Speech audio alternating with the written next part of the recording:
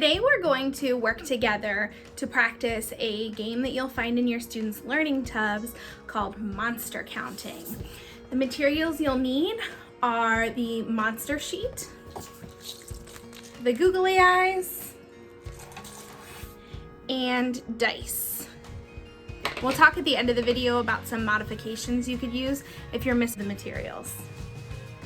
All right, now that you have your materials, your board, your dice, and your googly eyes, it's time to start playing. Just a tip, for the googly eyes, I would put them in a cup or some kind of shallow container rather than have them spill all over the table. All right, so your child is going to roll the dice and count the number of dots, or these are stars. Count the dots on the dice, 1, 2, 3, 4. Then they're gonna read that sentence. The monster has 4 eyes. So now what they're going to do is take 4 eyes, and they can put them anywhere on the monster. 1, 2, 3, 4. The most important part of the game is that the student is practicing that one-to-one correspondence. So for every one number they say, they are counting 1 eyeball. Let's try again.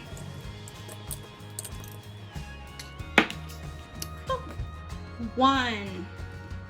The monster has 1 eye. 1. If your child is doing really well with 1 through 6, add another dice in.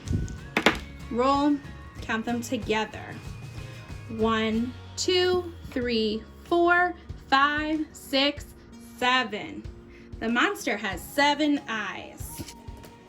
2, 3, 4, 5, 6, 7.